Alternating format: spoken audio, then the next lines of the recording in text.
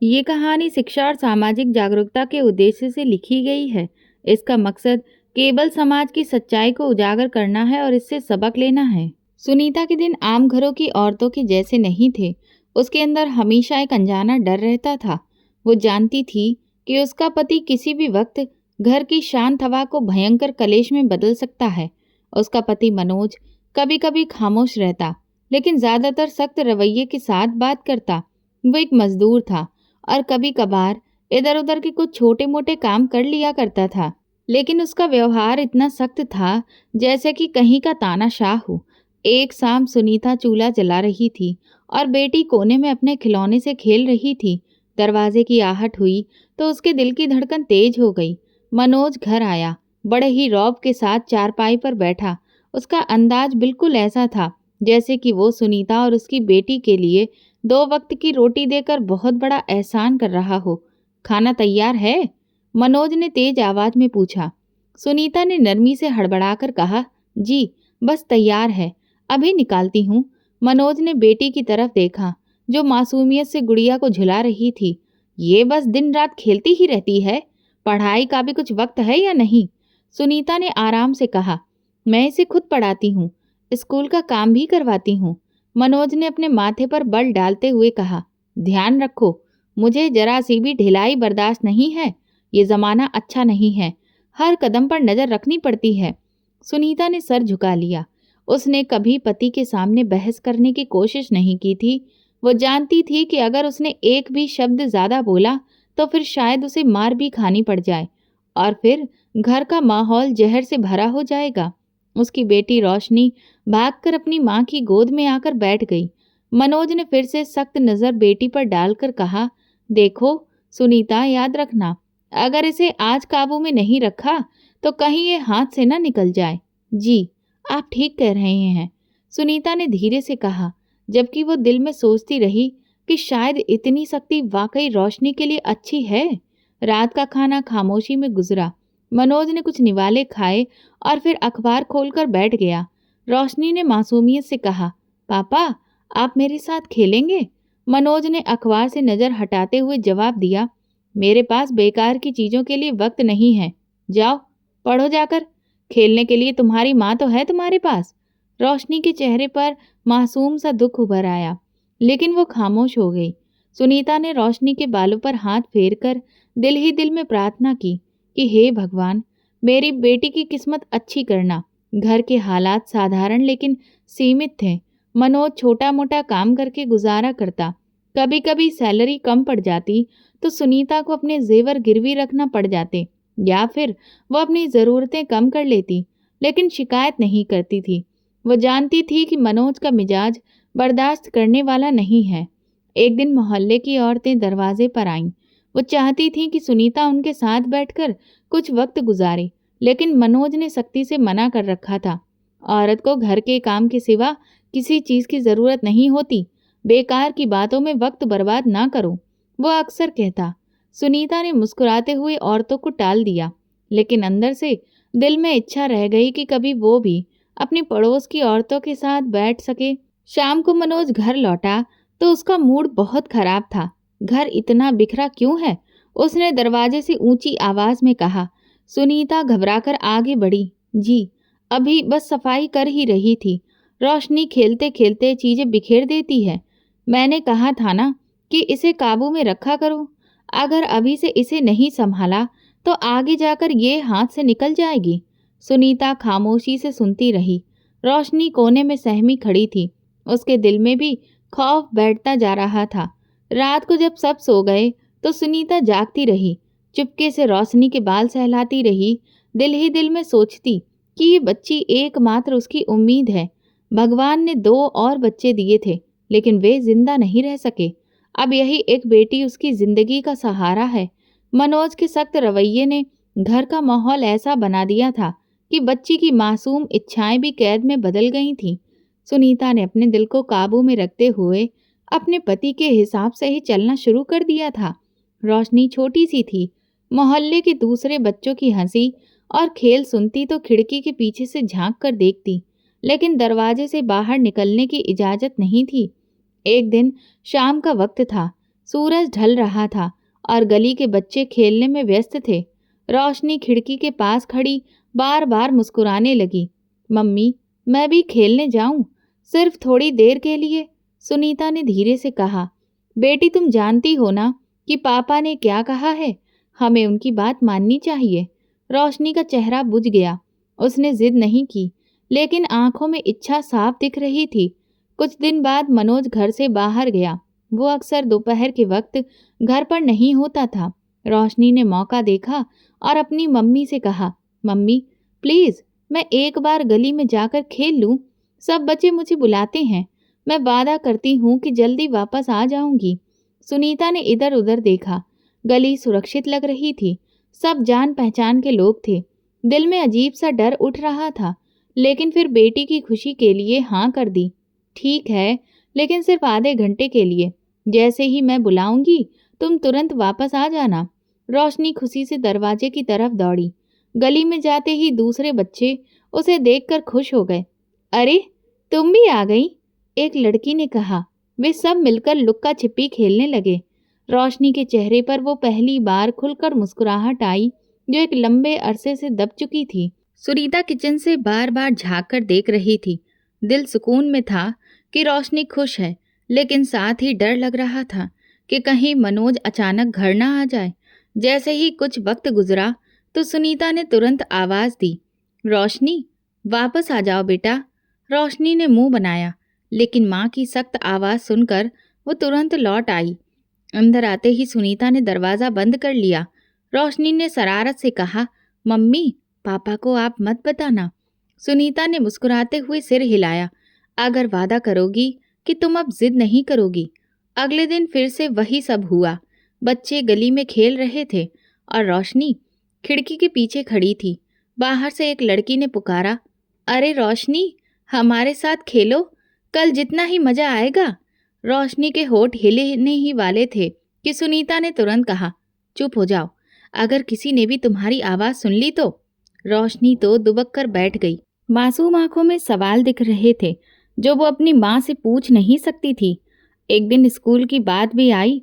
रोशनी छोटी क्लास में थी और कभी कभी शिकायत करती, मम्मी सब बच्चों की माएँ उन्हें खुद स्कूल लेकर नहीं आती हैं, मैं अकेले क्यों नहीं जा सकती। सुनीता ने उसको बिठाकर समझाया, ये तुम्हारे पापा की मर्जी है। वो समझते हैं कि बाहर की दुनिया ठीक नहीं है। तुम्हारी सुरक्षा के लिए ही मैं साथ जाती हूँ। बेटी ने सर झुकाकर कहा, लेकिन मुझे तो बुरा लगता है। सब क्लास में मेरा मजाक उड़ाते हैं, कहते हैं तुम अभी छोटी बच्ची हो या फिर बड़ी हो गई हो। सुनीता के पास कोई जवाब नहीं था। उसने बस कहा, वक्त के साथ सब कुछ तुम्हें समझ आ जाएगा। घर की चार दीवारी रोशनी के लिए छोटी पड़ने लगी थी। वो कभी छत पर जाती तो कभी आंगन में रहती, लेकिन दिल में गली में खेलने की इच्छा हमेशा की तरह बाकी रह गई थी। कुछ दिन गुजरे। एक दोपहर मनोज अचानक जल्दी घर आ गया। रोशनी उस वक्त आंगन में खेल रही थी। दरवाज़ा बंद था मगर शोर सुनाई दे रहा था। मनोज ने सख्त लहजे में कहा, ये कैसा खेल है? सुनीता ने जल्दी से कहा, बेटी आंगन में खेल रही थी, बाहर नहीं गई थी। मनोज ने गुस्से से कहा, खबरदार अगर ये दीवार से भी बाहर झांकी तो फिर अंजाम अच्छा नहीं होगा। रोशनी ने माँ का हाथ पकड़ लिया। उसके दिल में खेलने की इच्छा के साथ साथ एक डर भी बैठ चुका था। वो जान गई थी कि पापा की नज़रों से बचना आसान नहीं है। इस तरह से दिन पर दिन गुजरते गए। रोशनी की बचपन की ख्वाहिशें दबती गईं। वो बाहर खेलने की ख्वाहिश दिल में दफनाकर रहती थी। सिर्फ कभी कभार जब मनोज घर से बाहर होता, तभी सुनीता चुप चुप कर बेटी को थोड़ी देर के लिए खेलने भेज देती। लेकिन जैसे ही कदमों की आहट सुनाई देती, रोशनी दौड़कर अंदर आ जाती। ये रूटीन अब उनकी जिंदगी का हिस्सा बन चुका था। एक कैद के जैसा माहौल, जिसमें हंसी भी छुपकर आई और खेल भी ख्वाब के साए में खेले जाते थे।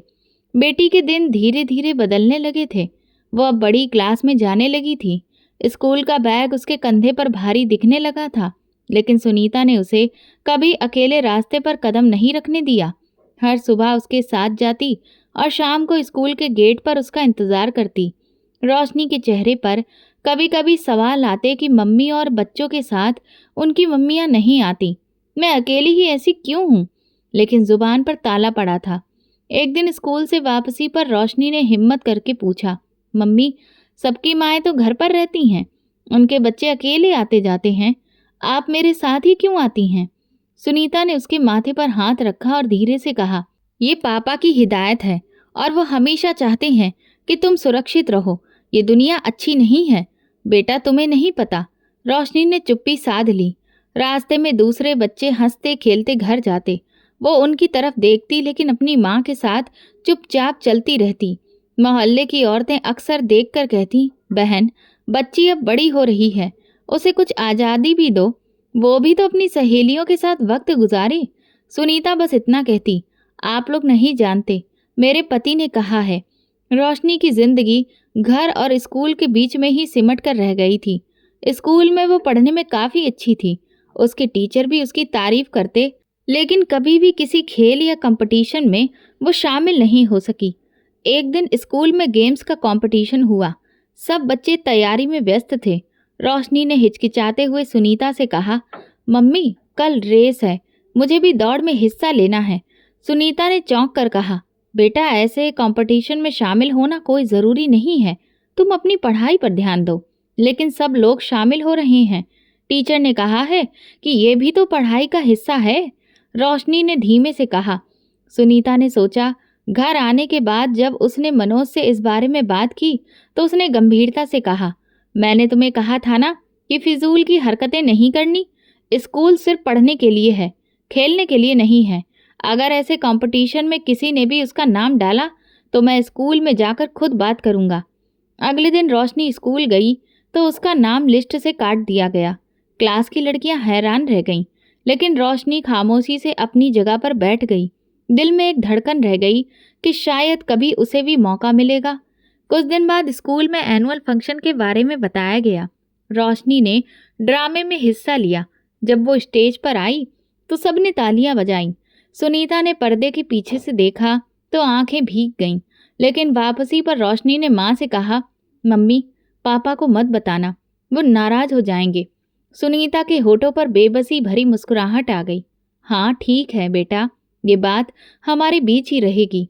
एक दिन शाम के वक्त सुनीता ने देखा कि रोशनी छत पर बैठी है और आसमान को देख रही है। वो पास गई तो रोशनी ने कहा, काश मम्मी, काश आज मैं भी सब बच्चों की तरह बाहर जा सकती, कभी दोस्तों के साथ बाजार जा सकती या खेल के मैदान में दौड़ सकती। सुनीता ने उसे गले लगा लिया। बेटी, हर इच्छा पूरी नहीं होती, लेकिन तुम देखना, तुम्हारी मेहनत और पढ़ाई तुम्हें सबसे आगे लेकर जाएगी। उसी पल मनोज की आवाज़ आंगन से आई, सुनीता, रोशनी कहाँ है? सुनीता ने घबराकर कहा, यही है, बस किताबें देख रही थी। रोशनी जल्दी से नीचे आ गई। मनोज ने उसे देखकर कहा, याद रखो, पढ़ाई ही तुम्हारी असली पहचान है। खेल कूद या दोस्ती करना, ये सब बकवास बातें होती हैं। रोशनी ने सिर हिला दिया, लेकिन उसकी इच्छाएं दबकर रह गईं। घर के हालात कभी कभार माली तौर पर भी बहुत मुश्किल हो जाते। सुनीता ने एक दिन मनोज से कहा, मैं चाहती हूँ कि रोशनी को अच्छे कपड़े दिलवाऊं, सभी बच्चों के जैसे। मनोज ने सख्त लहजे में जवाब दिया, हमारी हैसियत तो देखो, फिजूल खर्ची करने की क्या ज़रूरत है? जितनी ज़रूरत है उतना तो मिल रहा है ना, बस वही काफ़ी है। सुनीता खामोश हो गई। अगले दिन उसने अपनी पुरानी चूड़ियाँ बेचकर रोशनी के लिए नई ड्रेस खरीदी। जब रोशनी ने पहनी तो वो खुशी से झूम उठी। मम्मी, ये तो बहुत अच्छा है। सुनीता ने मुस्कुराकर कहा, ये मेरी तरफ से तुम्हारे लिए गिफ्ट है, लेकिन तुम अपने पापा को मत बताना। ये सब चीज़ें रोशनी की जिंदगी का हिस्सा बन चुकी थीं। बाहर की दुनिया उसके लिए अजनबी थी। खेल, दोस्तियाँ और मेलजोल, बस सब एक सपने में बदल गए। लेकिन माँ का प्यार और साथ ने उसे सहारा दिया। सुनीता को भरोसा था कि एहतियात बरती जा रही है, ये रोशनी के बेहतरीन भविष्य के लिए ज़रूरी है। वो नहीं जानती थी कि आने वाले दिनों में यही कैद और एहतियात एक ऐसी कहानी की बुनियाद रख देंगे जिसका अंजाम उसके सपने में भी नहीं था। रोशनी अब जवान हो चुकी थी। पढ़ाई के साथ साथ अब उसका काम भी बढ़ गया था और साथ ही चेहरे पर संजीदगी भी आने लगी थी। लेकिन उन दिनों सुनीता ने महसूस किया कि रोशनी का चेहरा सफ़ेद पड़ता जा रहा है। वो अक्सर थकान की शिकायत करती और खेलने और पढ़ने की जगह बार बार लेट जाती। एक सुबह रोशनी ने नाश्ते से मना कर दिया। सुनीता ने हैरत से पूछा, क्या हुआ, भूख नहीं है? रोशनी ने धीरे से कहा, मम्मी मेरा जी मचल रहा है, कुछ खाने का मन नहीं कर रहा। सुनीता ने सोचा कि शायद मौसम का असर है, यह स्कूल की थकान। लेकिन जैसे जैसे दिन गुजरे रोशनी की कमजोरी बढ़ती गई। वह अक्सर स्कूल से वापस आकर सीधा लेट जाती। एक दिन टीचर ने सुनीता को स्कूल बुलाकर कहा कि आपकी बेटी बहुत कमजोर लगती है, वह अक्सर सर पकड़कर बैठ जाती है, उसे किसी अच्छे डॉक्टर को दिखाइए। सुनीता की फिक्र बढ़ गई। घर आकर उसने मनोज से कहा, मुझे लगता है कि रोशनी को डॉक्टर के पास लेकर जाना चाहिए, उसकी तबीयत दिन ब दिन खराब हो रही है। मनोज ने भौंवे चढ़ाकर कहा, तुम औरतें हर बात पर परेशान हो जाती हो, लेकिन अगर ज्यादा दिक्कत है तो कल ले जाना। अगले दिन सुनीता रोशनी को क्लिनिक लेकर गई। डॉक्टर ने कुछ सवाल किए और कहा कि कुछ टेस्ट करवाने होंगे ताकि सही वजह सामने आए। सुनीता ने तुरंत हाँ कर दिया। खून के नमूने दिए गए और रिपोर्ट लेने के लिए अगले दिन का वक्त दिया गया। घर वापस आकर रोशनी ने मम्मी का हाथ पकड़कर कहा, मम्मी मुझे कुछ भी नहीं हुआ है, बस मैं ठीक हूँ, आप परेशान मत हो। सुनीता ने मुस्कुराकर कहा, भगवान करे कि तुम ठीक हो, लेकिन सावधानी जरूरी है। अगली सुबह मनोज ने नाश्ते के दौरान कहा, रिपोर्ट्स कब मिलेंगी? सुनीता ने जवाब दिया, आज शाम को, मैं खुद जाकर ले आऊंगी। मनोज ने सर हिला दिया, ठीक है, लेकिन ध्यान रखना, मेरे पास बेकार की बातें सुनने का वक्त नहीं है। शाम को जब सुनीता क्लिनिक पर पहुंची तो डॉक्टर ने उसे अंदर बुला लिया। क्लिनिक के कमरे की हवा में एक अनजाना सा बोझ था। डॉक्टर ने रिपोर्ट सुनीता के हाथ में देते हुए कहा, तुम्हारी बेटी माँ बनने वाली है। ये शब्द सुनीता के कानों में बिजली बनकर गिरे। वह हकलाते हुए बोली, डॉक्टर साहिबा, ये कैसे मुमकिन है? मेरी बेटी तो अभी बच्ची है, वो कभी अकेली बाहर तक नहीं निकली। डॉक्टर ने गंभीरता से कहा, मेरा काम सच बताना है, रिपोर्ट्स साफ हैं, तुम्हें अपनी बेटी से बात करनी होगी। सुनीता का सर चकरा गया। वो क्लिनिक के बाहर निकली तो कदम लड़खड़ा गए। रोशनी कुर्सी पर बैठी मासूमियत से माँ को देख रही थी। रोशनी ने अपनी मम्मी से पूछा, डॉक्टर ने क्या कहा? सुनीता ने थोड़ा रुकते हुए कहा कि सब ठीक है, बस थोड़ा आराम की जरूरत है, दवा खानी है। रोशनी ने माँ का हाथ पकड़ लिया। मम्मी आप रो क्यों रही हैं? सुनीता ने जल्दी से आंसू पोंछे। कुछ नहीं बेटा, धूप ज्यादा है इसलिए आंखों में जलन हो रही है। घर पहुंचते ही सुनीता सीधे किचन में गई। दिल में डर का पहाड़ टूट रहा था। उसने सोचा कि अगर रोशनी से कुछ पूछेगी, लेकिन मनोज के घर आने का वक्त हो रहा था। उसे पता था कि अगर उसे इस बारे में खबर हो गई तो तूफान टूट पड़ेगा। रात को मनोज ने खाने के समय पूछा, डॉक्टर ने क्या कहा? सुनीता ने झूठ बोला, कमजोरी है, बस दवा दी है, कुछ दिनों में ठीक हो जाएगी। मनोज ने शक की नज़र से देखा, लेकिन चुप रहा। उस रात सुनीता को नींद नहीं आई। वो बार बार करवटें बदलती रही। रोशनी दूसरे कमरे में सो रही थी। आधी रात को सुनीता उठकर उसके पास गई। रोशनी गहरी नींद में थी। उसने कांपते हाथों से रोशनी का सर सहलाते हुए धीरे से खुद से बोली, मेरी बच्ची, आखिर ये सब कैसे हो गया? अगले दिन उसने फैसला किया कि रोशनी से बात करनी है। मनोज जब दोपहर को काम पर गया तो उसने रोशनी को अपने पास बिठाकर पूछा, सच सच बताओ, क्या तुम्हारे साथ कुछ हुआ है? क्या तुम मुझसे कुछ छुपा रही हो? मुझे बताओ रोशनी। वो हैरानी से अपनी माँ को देखती रही। आप ऐसे सवाल क्यों कर रही हैं? मैं तो कभी बाहर भी नहीं जाती, मैं तो हमेशा आपके साथ ही रहती हूँ। सुनीता की आंखों में आंसू आ गए। फिर ये सब कैसे हुआ? रिपोर्ट्स गलत तो नहीं हो सकती? रोशनी ने मासूम लहजे में कहा, मम्मी मुझे कुछ भी नहीं पता, मैंने कुछ भी गलत नहीं किया। सुनीता ने उसके सर पर हाथ फेरते हुए कहा, मैं जानती हूँ कि तुम मासूम हो, लेकिन हकीकत बहुत भारी है। उसके बाद सुनीता ने मोहल्ले की ही एक पुरानी डॉक्टर से खुफिया तौर पर बात की। उन्होंने बिना कुछ पूछे रिपोर्ट देखी और कहा, ये रिपोर्ट बिल्कुल ठीक है, तुम्हें फैसला करना होगा कि आगे क्या करना है। सुनीता का दिल और डूब गया। उसने रोशनी को कड़ी नज़र में रखना शुरू किया। स्कूल जाना भी बंद करवा दिया और ज़्यादातर वक्त घर में ही रखती। सबको बस यही बताती कि तबीयत खराब है। एक दिन जब रोशनी अपनी कॉपी पर होमवर्क कर रही थी, सुनीता ने धीरे से पूछा, क्या तुम्हारे स्कूल में कोई ऐसा है जिसने तुम्हें परेशान किया हो? रोशनी ने चौंक कर कहा। नहीं मम्मी, सब लोग अच्छे हैं, कोई भी मुझे कुछ नहीं कहता। सुनीता ने सर पकड़ लिया। सच्चाई सामने थी, लेकिन कोई सिरा हाथ नहीं आ रहा था। कुछ दिनों के बाद मोहल्ले की औरतें घर आईं और हंसते हुए कहा, सुनीता बहन, तुम्हारी बेटी तो दिन ब दिन निखरती जा रही है, बड़ी खूबसूरत हो रही है। सुनीता के दिल पर तीर सा लगा। वो मुस्कुराई, लेकिन जख्म और गहरे हो गए। उस शाम सुनीता ने फैसला किया कि अब वो ये राज अपने सीने में ही दफन रखेगी। मनोज को पता चलने का मतलब था मौत या बदनामी। उसने रोशनी को सख्ती से कहा, बेटी, अब तुम कहीं नहीं जाओगी, स्कूल भी नहीं। हम यही कहेंगे कि तुम बीमार हो। रोशनी ने रुआसी आवाज में कहा, मम्मी, मेरा क्या कसूर है, स्कूल क्यों छोड़ूं? मैं सुनीता ने सख्त लहजे में कहा, ये सवाल मत करो, मैं तुम्हारा भला ही चाहती हूँ। घर का माहौल और भी बोझिल हो गया। रोशनी खामोश रहने लगी। खेलने की जगह ज्यादातर वक्त कमरे में गुजारती। सुनीता दिन रात उसके पास रहती, लेकिन हर वक्त दिल में एक ही डर पैदा हो रहा था, अगर ये राज मनोज को पता चल गया तो सब कुछ खत्म हो जाएगा। सुनीता अगले दिन दोबारा क्लिनिक पहुंची। रोशनी को भी साथ ले गई, लेकिन रोशनी सुस्त सी दिख रही थी। डॉक्टर ने उसकी रिपोर्ट्स को देखा और कहा कि मैं पहले ही बता चुकी हूँ कि ये कोई मामूली बात नहीं है, तुम्हें जल्दी ही फैसला लेना होगा।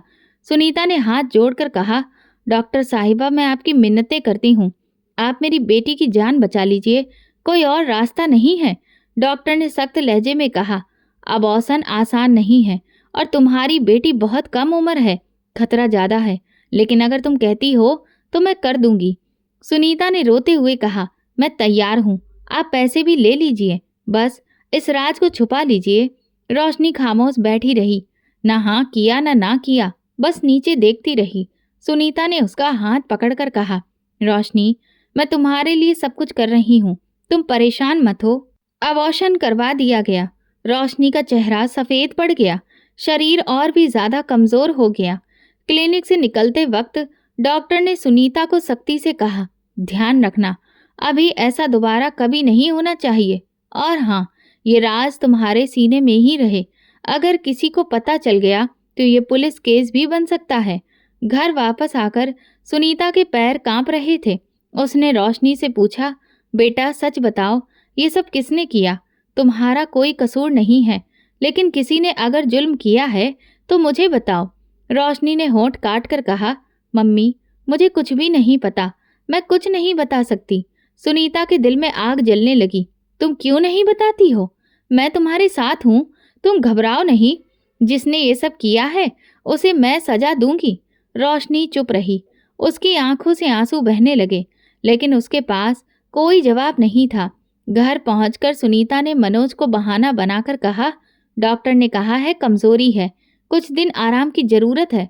मनोज ने सख्त लहजे में कहा, पढ़ाई छोड़ेगी तो दिमाग में खालीपन ही भरेगा। इसके खाने पीने का ध्यान रखो और दवाई वक्त पर दो।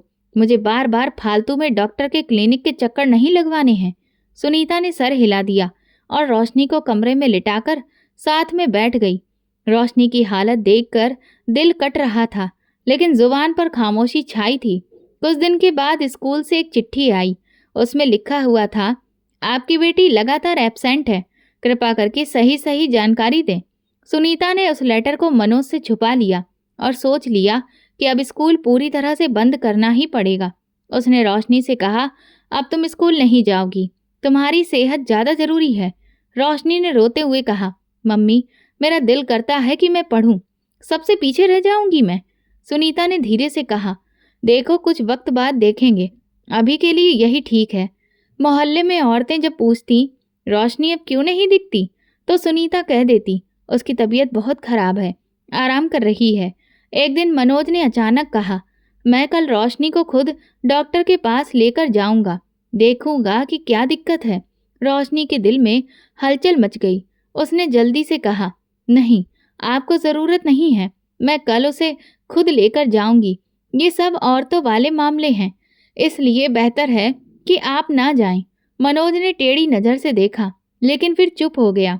सुनीता ने दिल में सुकून महसूस किया कि अभी तक ये राज सुरक्षित है। अब रोशनी का ज्यादातर वक्त कमरे में गुजरता। वो कभी कॉपी खोलकर बैठती, कभी आंखें बंद करके लेट जाती। सुनीता हर वक्त उस पर नजर रखती। वो चाहती थी कि रोशनी अपने दिल का राज बता दे, लेकिन हर बार बस खामोशी मिलती। एक शाम सुनीता ने खिड़की से देखा कि बाहर मोहल्ले के बच्चे खेल रहे थे। रोशनी ने एक नज़र डाली, लेकिन उसने तुरंत पर्दा डाल दिया। वो जान चुकी थी कि बाहर की दुनिया उसके लिए नहीं है। सुनीता के दिल में ख्याल आया कि शायद ये वक्त गुजर जाएगा और सब कुछ ठीक हो जाएगा, लेकिन अंदर ही अंदर वो जानती थी कि यह खामोश तूफान की शुरुआत है। कुछ दिनों के बाद मनोज ने कहा, रोशनी को ठीक करना जरूरी है। अगर वो ऐसे ही बीमार रही तो कल को लोग बातें बनाएंगे। सुनीता ने दबे लहजे में कहा, भगवान सब ठीक कर देगा, मैं उसकी देखभाल कर रही हूँ। लेकिन उस रात सुनीता ने रोशनी से आखिरी बार सवाल किया, मेरी बच्ची, तू मुझ पर भरोसा क्यों नहीं करती? कौन है वो जिसने ये जुल्म किया है? रोशनी रोते हुए बोली, मम्मी, मैं कुछ भी नहीं बता सकती। बस आप मेरा भरोसा करिए कि मैंने कुछ गलत नहीं किया, बाकी मुझे नहीं पता। सुनीता ने उसे अपने सीने से लगा लिया। उसके आंसू बहते रहे। वो जानती थी कि अब ये राज वक्त के साथ और भी ज्यादा भारी हो जाएगा, लेकिन फिलहाल उसके पास यही हल था कि डॉक्टर के पास जाकर किसी तरह इस मामले को खत्म किया जाए। अभी पहले मामले का जख्म ताजा ही था कि 3 महीने गुजरने के बाद सुनीता ने फिर से रोशनी की तबीयत में वही से बदलाव महसूस किया। बेचैनी, मतली होना, थकान, दिल में छुपा हुआ डर फिर से जाग उठा। सुनीता ने हिम्मत करके डॉक्टर से दोबारा बात करने का दरवाजा खटखटाया तो डॉक्टर ने चौंक कर कहा, तुम फिर से आ गई? मैंने तुमसे कहा था ना कि ख्याल रखना, ये बच्ची दोबारा से उम्मीद से है। सुनीता के तो होश ही उड़ गए। ये कैसे मुमकिन है? मैंने तो हर वक्त इस पर नजर रखी है। ये तो घर से बाहर भी नहीं निकली। डॉक्टर ने तल्ख लहजे में कहा, मैं अब और तुम्हारे ये बहाने नहीं सुन सकती। सच्चाई यही है, तुम्हें फैसला करना होगा। सुनीता ने रोक कर कहा, क्या ये मुमकिन है कि दोबारा अबॉर्शन करवा दिया जाए? मैं अपने पति के सामने ये सब आने नहीं दे सकती। डॉक्टर ने सख्ती से कहा, ये दूसरी बार है। बच्ची का शरीर बहुत कमजोर है, खतरा पहले से ज्यादा है, लेकिन अगर तुम चाहती हो तो मैं कर दूंगी। मेरा कहना यही है कि तुम अब पुलिस के पास जाओ।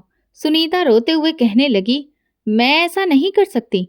अगर गलती से भी मेरे पति को पता चल गया तो वो मुझे और मेरी बेटी दोनों को ही मार डालेगा। फिर सुनीता ने कांपती हुई आवाज में कहा, मैं मजबूर हूँ, पैसे लाई हूँ, लेकिन बस अब ये बोझ हटा दीजिए। रोशनी कुर्सी पर बैठी सब सुन रही थी, लेकिन जुबान पर एक शब्द नहीं आया। सुनीता ने उसका हाथ पकड़कर कहा, रोशनी, तुम बोलती क्यों नहीं? कौन है वो जिसने ये सब किया है? तुम मासूम हो, तुम्हारे साथ गलत हुआ है, तुम मुझे बता दो ताकि मैं कुछ कर सकूं। रोशनी की आंखों से आंसू बहने लगे, लेकिन होंठ बंद रहे। ये खामोशी अब सुनीता के लिए तड़प बन गई। अबॉर्शन फिर से कर दिया गया। बेटी और भी ज्यादा कमजोर हो गई। उसके पैर लड़खड़ाने लगते। खाने से दिल उठ गया। बिस्तर पर ज्यादा वक्त गुजरने लगा। घर जाकर सुनीता ने मनोज को फिर से बहाना बना दिया। बहुत कमजोरी है, दवा चल रही है, बस आराम की जरूरत है। मनोज ने गुस्से से कहा, ये कैसी बीमारी है जो खत्म ही नहीं हो रही? तुम लोग झूठ बोल रहे हो। सुनीता ने जल्दी से कहा, नहीं, मैं कुछ भी नहीं छुपा रही, और तो कोई दिक्कत नहीं है, बस आप फिक्र मत करिए। मनोज ने शक भरी नजर से देखा, लेकिन चुप हो गया। सुनीता ने दिल ही दिल में भगवान का शुक्र अदा किया कि अभी भी कुछ पता नहीं चल पाया। अगले दिन मनोज जब काम पर गया तो उसने रोशनी को एक कमरे में बंद करके कहा, सच बता दो, ये सब किसने किया है? उसने रोशनी को पकड़कर झंझोड़ा और फिर गरजने लगी, क्यों छुपा रही हो तुम? क्यों नहीं बोलती रोशनी? उसने रोते हुए कहा, मम्मी, मुझसे मत पूछिए, मैं सच कह रही हूँ, मुझे कुछ नहीं पता। सुनीता की आंखों में बेबसी आ गई। अगर तुमने बताया नहीं तो मैं खुद को मार डालूंगी। रोशनी ने कांपते हुए कहा, मम्मी, आप ऐसा मत कहिए, लेकिन मैं फिर भी सच कहती हूँ, मुझे कुछ नहीं पता। ये जवाब सुनीता के दिल पर और बोझ बन गया। उसकी समझ में कुछ नहीं आ रहा था।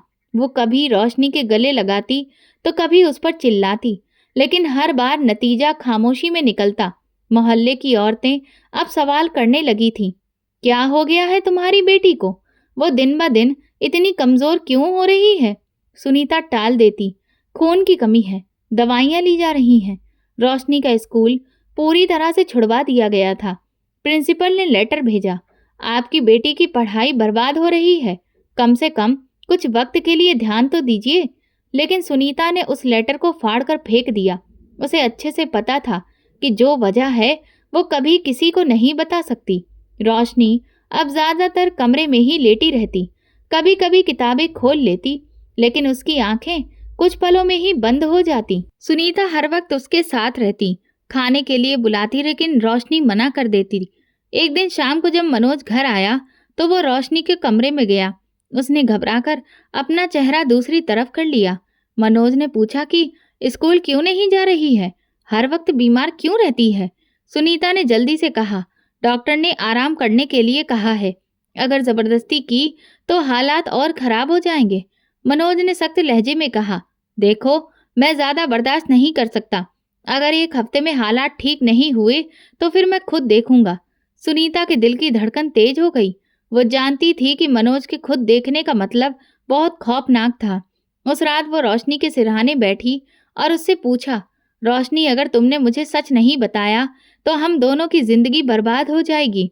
रोशनी ने धीमी आवाज में कहा, मम्मी मैं कुछ भी नहीं कह सकती, आप बस मुझ पर भरोसा करिए। सुनीता की आंखों से आंसू बहने लगे। उसने सोचा कि अब ये राज ज्यादा दिन छुपा नहीं रह सकता।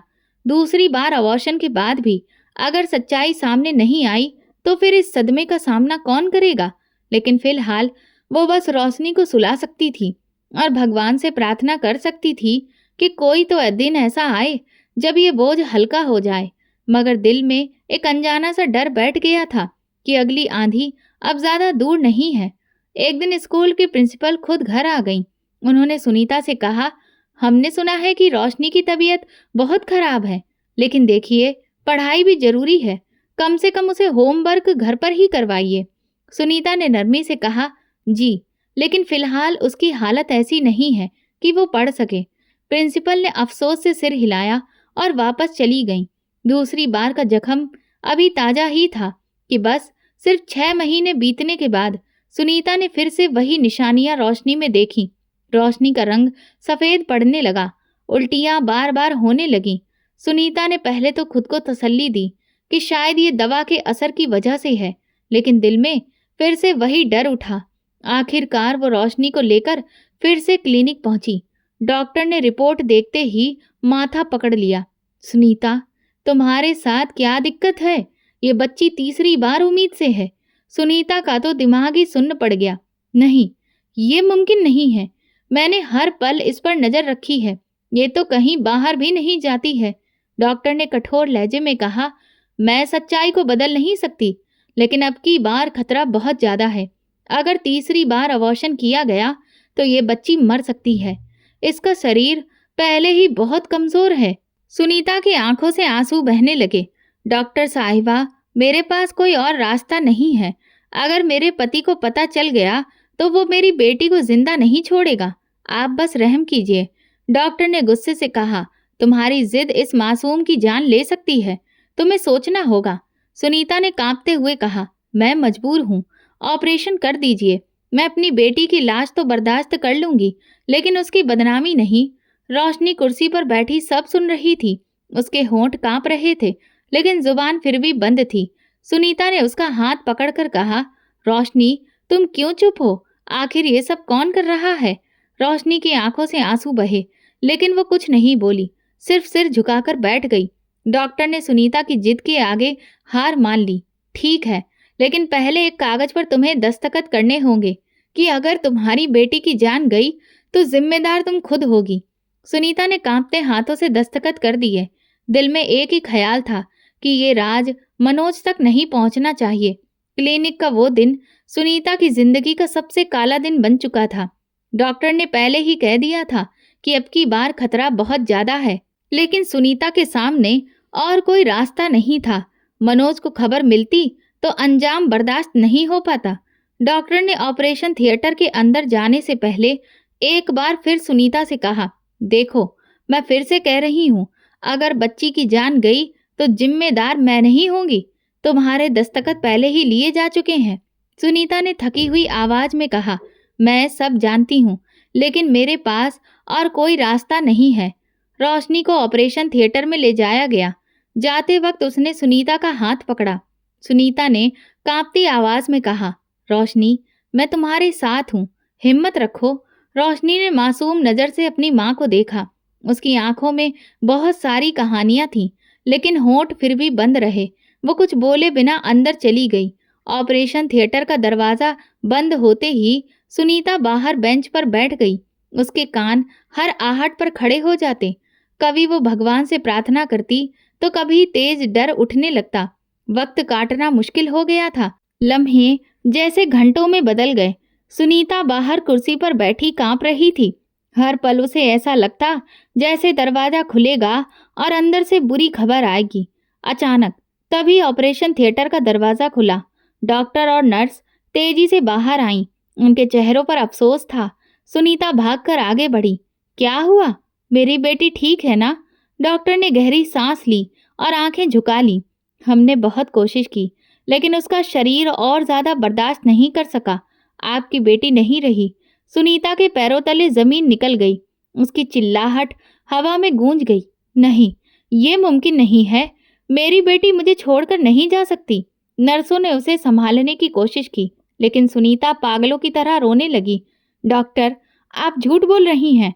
उसे वापस ले आइए, डॉक्टर ने हमदर्दी से कहा। सुनीता, हमने सब कुछ किया, लेकिन ये बच्ची पहले ही बहुत कमजोर थी। तीसरा ऑपरेशन उसके लिए जानलेवा साबित हुआ। सुनीता दीवार से टिककर बैठ गई। आंखों के सामने अंधेरा छा गया। वो रोशनी की लाश को देखने के लिए अंदर गई। रोशनी शांत पड़ी थी, जैसे नींद में हो। चेहरे पर खामोशी थी। सुनीता ने कांपते हाथों से उसके माथे पर हाथ फेरा। मेरी बेटी, तुमने मुझे अकेला क्यों छोड़ दिया? रोशनी खामोश रही। जाते वक्त भी उसके होंठ नहीं खुले थे। सुनीता की सारी कोशिशें, दुआएं, प्यार, प्रार्थनाएं सब बेकार हो गईं। ये राज उसके दिल में दफन हो गया। डॉक्टर ने कागज पकड़ते हुए कहा, इस पर दस्तखत करो ताकि हम लाश आपके हवाले करें। सुनीता ने दस्तखत करते हुए आंसू पोंछे। डॉक्टर, बस एक बात बता दीजिए, आखिर ऐसा क्यों हुआ? डॉक्टर ने अफसोस से कहा, सुनीता, तुम्हारी बेटी मासूम थी, लेकिन हालात जालिम थे। अब तुम्हें ही इसे इज्जत के साथ अंतिम विदाई देनी है। घर ले जाने के लिए कुछ लोग तैयार किए गए। रोशनी की लाश सफेद कपड़े में लिपटी हुई थी। सुनीता ने उसे अपनी गोद में उठा लिया। रास्ते भर रोती रही। रोशनी, काश तुम एक बार बता देती कि तुम्हारा मुजरिम कौन है, मैं तुम्हें बचा लेती। रोशनी की लाश घर पहुंची तो घर में कोहराम मच गया। सफेद कफन में लिपटी नन्ही सी लाश देखकर मनोज जमीन पर गिर पड़ा। वो कफन पकड़कर बहुत रोने लगा। मेरी बेटी, मेरी आंखों का तारा, ये सब कैसे हो गया? सुनीता हैरान खड़ी देखती रह गई। वो सोचती थी कि मनोज का दिल पत्थर है, लेकिन आज वो जमीन पर लोट-पोट हो रहा था। मोहल्ले के लोग उसे सहारा देकर उठा रहे थे, लेकिन वो बार बार गिरता जा रहा था। मैंने हमेशा अपनी बेटी को अपनी जान से बढ़कर चाहा था, मनोज चिल्लाकर कह रहा था। हे भगवान, मुझे क्यों बेऔलाद कर दिया? सुनीता की आंखों में आंसू थे, लेकिन साथ ही दिल में सवाल भी था, क्या ये सब सच है या सिर्फ दिखावा है? वो मनोज को शुरू से जानती थी, एक सख्त मिजाज पति, एक ऐसा आदमी जो अपनी बेटी को आजादी से सांस भी नहीं लेने देता था। लेकिन आज वो सबके सामने टूटा हुआ दिख रहा था। मोहल्ले की औरतें आंगन में बैठकर रो रही थीं। एक औरत ने कहा, मनोज भाई अपनी बेटी पर जान छिड़कते थे, देखो कैसे बिखर गए हैं। दूसरी ने कहा, सुनीता बहन सब्र करो, बेटियां तो भगवान का दिया आशीर्वाद होती हैं, और तुम्हारी तो ये इकलौती बेटी थी। सुनीता ने बस सिर झुका लिया। वो जवाब नहीं दे सकी। सारी रात लाश घर के बीचों बीच रखी गई। मनोज बार बार उठकर लाश के पास जाता और कफन हटाकर बेटी का चेहरा देखता। बेटी, मुझे अकेला छोड़कर क्यों चली गई? मैंने कभी तुम्हें तकलीफ नहीं दी। सुनीता के दिल में चुभन हुई। नहीं, तुमने हमेशा उसके साथ सख्ती की, उसे कैद में रखा, और आज कह रहे हो कि तुमने उसे तकलीफ नहीं दी। लेकिन ये शब्द जुबान पर नहीं आए। वो बस खामोश रही। रात गए तक मातम का सिलसिला जारी रहा। मोहल्ले के लोग आते जाते रहे। कोई मनोज को दिलासा देता, कोई सुनीता को, लेकिन दोनों के दिल में एक ही आग जल रही थी। जब सब लोग जा चुके थे, आंगन में खामोशी छा गई। सिर्फ रोशनी की लाश पड़ी थी। मनोज रोशनी की लाश के पास बैठा धीरे धीरे बातें कर रहा था। जैसे रोशनी सुन रही हो। तुम्हें याद है जब मैं तुम्हारे लिए पहली बार किताब खरीद कर लाया था, तुम कितनी खुश हुई थी, और आज तुम मुझे छोड़कर चली गई। सुनीता ने हैरत से देखा। उसने मनोज को कभी इस तरह से बात करते नहीं देखा था। अपनी बेटी के साथ प्यार भरे ये शब्द सुनीता के लिए बिल्कुल अजनबी थे। सुनीता पास आई और धीरे से बोली, मनोज, अपनी बेटी के लिए प्रार्थना करो, वो अब कभी वापस नहीं आएगी। मनोज ने रोते हुए कहा, मैंने हमेशा इसकी सुरक्षा ही चाही।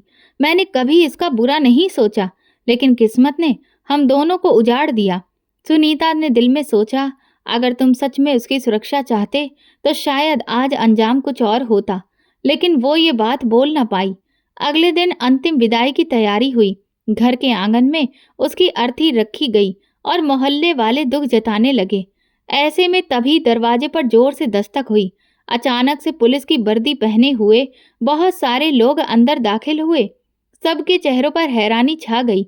एक पुलिस वाला तेज आवाज में बोला, मनोज, तुम्हें हमारे साथ चलना होगा। मनोज ने चौंक कर कहा, मैं? लेकिन मेरी क्या गलती है? मेरी बेटी तो अभी मरी है और तुम लोग मुझे पकड़ने आ गए। सुनीता दौड़कर आगे आई। ये आप लोग क्या कह रहे हैं? हमारे घर में मातम पसरा है। ये वक्त है किसी को गिरफ्तार करने का? पुलिस वालों ने सख्त लहजे में कहा, देखिए मैडम, हमें अपना फर्ज निभाने दीजिए। आपके पति पर बहुत ही संगीन इल्जाम है। मोहल्ले वाले हैरान खड़े देखते रहे। कोई समझ नहीं पाया कि बेटी की अंतिम विदाई वाले दिन पुलिस क्यों आई है। मनोज ने हाथ झटक कर कहा, मैं कुछ भी नहीं जानता। ये सब आप गलत कह रहे हैं। मुझे बदनाम करने की कोशिश की जा रही है। पुलिस वाले ने उसकी कलाई पकड़कर हथकड़ी डाल दी। तुम्हें अदालत में सब कुछ बताने का मौका मिलेगा। अभी तुम हमारे साथ चलो। सुनीता के पैरों तले जमीन निकल गई। वो चिल्ला पड़ी, ये कैसा इल्जाम है? मेरा पति बेकसूर है। आखिर उसने क्या किया है? उसी पल एक पुलिस ऑफिसर आगे बढ़ा। उसने कागज खोला और बोला, आपको शायद पता नहीं है, लेकिन आपके पति के 2 साथी कल रात पकड़े गए हैं। उनके बयान में सब कुछ साफ हो गया है। सुनीता ने कांपते हुए कहा, क्या सामने आया है? ऑफिसर ने सबके सामने कहा, आपका पति अपने साथियों के साथ मिलकर किराए के मकान में कोठा चलाता था। वहां वो लड़कियों को जबरदस्ती ले जाकर काम करवाता था और बेचता भी था। और ये भी पता चला है कि वो अपनी ही बेटी को वहां पर लेकर जाता था। ये सुनते ही पूरे घर पर जैसे कयामत टूट पड़ी। औरतें हे भगवान कहकर अपना मुंह छुपाने लगीं और सारे आदमी एक दूसरे को हैरत से देखने लगे। सुनीता ने दिल पर हाथ रखकर कहा, नहीं, ये झूठ है। मेरा पति ऐसा नहीं कर सकता। इसने तो हमेशा अपनी बच्ची पर सख्ती की थी, उसकी सुरक्षा की। पुलिस ऑफिसर ने तेज लहजे में कहा, यही सख्ती थी ताकि असली खेल छुपाया जा सके। इसके साथियों ने सब कुछ बयान कर दिया है। वो कहते हैं कि तुम्हारा पति तुम्हें हर रात बेहोश करने के लिए खाने में थोड़ी सी नशीली दवा दे देता था और फिर तुम्हारी बेटी को लेकर अड्डे पर जाता था। सुनीता के कानों में घंटियां बजने लगीं। वो दीवार से टकराकर बैठ गई। हे भगवान, ये सब क्या है?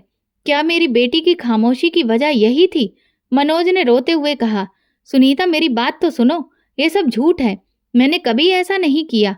ये मेरे दुश्मनों की साजिश है। लेकिन पुलिस ने उसे धक्का दिया और कहा, अब अदालत में जाकर सफाई देना। अभी तो तुम्हें हवालात लेकर जा रहे हैं। मोहल्ले के एक बुजुर्ग आगे बढ़े और बोले, हम सब हैरान हैं। मनोज तो हमें बहुत सीधा लगता था, लेकिन अगर पुलिस के पास सबूत है तो हम कुछ नहीं कह सकते। सुनीता ने चिल्लाकर कहा, ये सब गलत है। मेरी बेटी की मौत का दिन है और तुम लोग ये सब कह रहे हो। ऑफिसर ने साफ कहा, देखो मैडम, ये सच्चाई है। तुम्हारी बेटी की खामोशी इस बात का सबूत है कि वो डरी हुई थी। उसके 2 अबॉर्शन का रिकॉर्ड भी हमारे पास क्लिनिक से आ चुका है। ये सब कुछ खुद ये बता रहा है कि वो किस नरक से गुजर रही थी। सुनीता ने बेटी की तरफ देखा और उसकी आंखों से आंसू बहने लगे। रोशनी, तुमने मुझे क्यों नहीं बताया? तुमने मेरा दिल क्यों जलाया? और मनोज को ले जाया गया। वो चलते चलते बार बार कह रहा था, मैं बेकसूर हूँ। सुनीता, तुम मेरी सच्चाई पर यकीन करो। लेकिन सुनीता के दिल में अब उलझन बढ़ गई। वो सोचने लगी कि अगर ये सब सच है तो रोशनी का असली कातिल तो यही आदमी है, वही जिसे मैं अब तक अपना पति और बेटी का रखवाला समझती रही। सब आपस में बातें कर रहे थे। कोई कहता, हमें तो कभी शक ही नहीं हुआ। कोई कहता दुनिया के सामने इज्जतदार और अंदर से शैतान था। सुनीता ने खुद को संभाल कर अपनी बेटी के पास बैठते हुए उसके चेहरे को आखिरी बार देखा और कहा, मेरी बेटी, अब मैं तुम्हारे मुजरिम को ढूंढ निकालूंगी, चाहे फिर वो मेरा पति ही क्यों ना हो। उसी पल उसे ऐसा लगा जैसे बेटी के चेहरे पर सुकून आ गया हो। शायद वो चाहती थी कि माँ सच्चाई तक पहुंचे। पुलिस के बयान ने पूरे मोहल्ले को हिलाकर रख दिया था। बेटी की अंतिम विदाई के बाद भी लोग इसी बारे में बातें कर रहे थे। हर जुबान पर एक ही सवाल था, क्या वाकई में एक बाप ऐसा कर सकता है? सुनीता खुद सोच में डूबी रही कि अगर ये सब सच है तो उसकी जिंदगी तो एक धोखा ही थी। एक तरफ पति का दिखावा और दूसरी तरफ बेटी की खामोशी, सब कुछ अब जुड़ता हुआ दिख रहा था। कुछ दिनों के बाद मनोज को अदालत में पेश किया गया। अदालत का कमरा लोगों से भरा हुआ था। सुनीता भी वहां पहुंची। बेटी की तस्वीर उसके हाथ में थी। वो चाहती थी कि हर बात उसके सामने खुले। जज के सामने पुलिस ऑफिसर ने बयान दिया। मुलजिम मनोज अपने 2 साथियों के साथ किराए के घर में कोठा चलाता था। वहां पर मासूम लड़कियों को डरा धमकाकर लाया जाता और फिर उन्हें बेचा भी जाता। मुलजिम के साथियों ने अपने गुनाहों को कबूल कर लिया है। उनके मुताबिक ये आदमी अपनी खुद की बेटी को भी वहां लेकर आता था। अदालत के कमरे में सन्नाटा पसर गया। जज ने कहा, क्या इस बात का कोई सबूत है? पुलिस ने कहा, जी सर, क्लिनिक रिपोर्ट्स मौजूद हैं। इसका तीसरी बार अबॉर्शन हुआ और मुलजिम के साथियों के बयान भी वीडियो में रिकॉर्ड किए गए हैं। सुनीता के कानों में शब्द गूंजते रहे, 3 बार अबॉर्शन। ये सब कुछ तो वो भी जानती थी, लेकिन अब तक छुपाए बैठी रही। उसकी आंखों से आंसू बह रहे थे। जज ने मनोज को मुखातिब करते हुए कहा, क्या ये इल्जाम सही है? मनोज ने चिल्लाकर कहा, मैं बेकसूर हूँ। ये सब कुछ मेरे खिलाफ एक साजिश है। मैंने कभी अपनी बेटी को नुकसान नहीं पहुंचाया। सुनीता का दिल खून के आंसू रो रहा था। वो खड़ी हो गई और फिर अचानक से चिल्लाकर बोली, झूठ मत बोलो मनोज। अगर तुम बेकसूर होते तो मेरी बेटी बार बार खामोश नहीं रहती। उसकी आंखों का डर सब कुछ कह रहा था, जिसे मैं तब समझ ही नहीं पाई। तुमने मुझे इस सब से अनजान रखने के लिए खाने में नशे की दवा दी ताकि मैं कुछ भी ना देख सकूं। ये सुनते ही वहां बैठे लोगों में खलबली मच गई। मनोज का चेहरा लाल हो गया। वो कुछ बोलने की कोशिश करता रहा, लेकिन शब्द गले में ही अटक गए। जज ने फैसला अपने पास सुरक्षित रख लिया और फिर अगली पेशी पर सुनाया। ये अदालत तमाम सबूत और गवाहों को मद्देनजर रखते हुए इस नतीजे पर पहुंची है कि मुलजिम मनोज अपनी बेटी का भी गुनाहगार है। उसे सजाए मौत सुनाई जाती है। ये सुनते ही सुनीता की आंखों से सैलाब उमड़ आया। उसने अपनी बेटी की तस्वीर को सीने से लगाकर कहा, देखो रोशनी, मैं तुम्हारे गुनाहगार को आज सजा दिला दी है। अब तुम्हारी आत्मा को शांति मिल जाएगी। मनोज को हथकड़ियां लगाई गईं। जाते जाते वो बार बार कहता रहा, सुनीता मुझे माफ कर दो। मैंने ये सब सिर्फ अपनी नशे की लत को पूरा करने के लिए किया। मैं खुद को रोक ही नहीं पाता था। सुनीता ने गुस्से में चिल्लाकर कहा, तुमने तो माफी का हक खो दिया। तुमने तो एक पिता के रिश्ते पर कलंक लगा दिया है। तुमने एक माँ का भरोसा तोड़ा। और फिर ये कहते ही सुनीता ने एक जोरदार तमाचा मनोज के चेहरे पर मार दिया। मनोज के साथियों को भी कैद की सजा सुना दी गई। मोहल्ले वाले कहते रहे, हमने तो मनोज को हमेशा एक सख्त लेकिन उसूलों वाला इंसान समझा था। ये इतना अंदर से भयानक होगा, हम कभी सोच भी नहीं सकते थे। सुनीता दिन रात अपनी बेटी की याद में डूबी रहती। घर की हर चीज उसे रोशनी की याद दिलाती। खिलौनों का डिब्बा, किताबें, उसके कपड़े जो अभी तक इस्तेमाल नहीं हो सके। एक दिन उसकी सहेली ने आकर कहा, सुनीता बहन, तुमने बहुत मजबूती दिखाई। अब तुम्हें अपने दिल को तसल्ली देनी चाहिए। उसने नम आंखों से कहा, तसल्ली? कैसे तसल्ली? क्या एक माँ को कभी तसल्ली मिल सकती है? काश मैं अपनी बेटी के मन की बात को समझ पाती। उस पर ध्यान देने के साथ साथ अपने पति पर भी ध्यान दिया होता तो आज ये दिन नहीं देखना पड़ता। लेकिन मैं तो बस एक पतिव्रता पत्नी बनी रही और चुपचाप अपने पति का हुक्म बजाती रही। वक्त गुजरता गया, लेकिन लगभग हर दिन सुनीता रोशनी की तस्वीर के सामने बैठकर कहती, तुम्हें भले ही इंसाफ मिल गया हो, लेकिन मेरे दिल में हमेशा ये कमी रहेगी कि मैं वक्त पर तुम्हारी खामोशी को नहीं समझा। मोहल्ले के लोग सुनीता को इज्जत की नज़र से देखते हैं। ये वो औरत है जिसने अपनी बेटी के लिए लड़ाई लड़ी, लेकिन इस सबसे भी सुनीता के दिल में सुकून नहीं आया, क्योंकि वो जानती थी कि इंसाफ मिल जाने के बावजूद भी उसे उसकी बेटी तो वापस नहीं मिल सकती। जिंदगी तो बढ़ रही थी, लेकिन सुनीता की दुनिया वहीं ठहर गई जहां उसने अपनी बेटी को खोया था, जहां एक बाप हैवान बन गया और एक माँ अपनी बेबसी के साथ जिंदा रह गई। यह हादसा सिखाता है कि खामोशी जुल्म को और बढ़ा देती है। सच्चाई छुपाना सबसे बड़ा जुल्म है। आपका फर्ज सिर्फ औलाद की हिफाजत है, और जो ऐसे रिश्तों को तोड़ दें वो सबसे बड़े गुनहगार हैं। आज इस कलयुग के जमाने में लालच के वशीभूत होकर कोई भी रिश्ता कभी भी अंधा हो सकता है और किसी भी सीमा रेखा को पार कर सकता है। इसीलिए हमें हमेशा सतर्क रहना चाहिए। कई लोग तो ये सब सुनकर और देखकर भी आंखें मूंद कर बैठे रहते हैं, क्योंकि वे अपनी वही घिसी पिटी सोच रखते हैं कि ये सब तो हमारे समाज में हो ही नहीं सकता, जबकि समाज में बहुत कुछ हो रहा है। लेकिन हम जानबूझकर ना तो ऐसी घटनाओं पर कुछ बोलना चाहते हैं और ना उनके बारे में कुछ सुनना चाहते हैं, बल्कि ऐसी घटनाओं को दबाने के लिए अपनी पूरी ताकत झोंक देते हैं, ना कि इन घटनाओं को रोकने के लिए। तो दोस्तों, अगर आपको हमारी ये कहानी पसंद आई हो तो प्लीज़ कमेंट करके ज़रूर बताइए। इस वीडियो को लाइक करिए और ज़्यादा से ज़्यादा शेयर करिए। अगर आप मेरे चैनल पर नए हैं तो सब्सक्राइब करें और नोटिफिकेशन बेल दबा दें, ताकि अगली अपडेट सबसे पहले आपको मिले। धन्यवाद।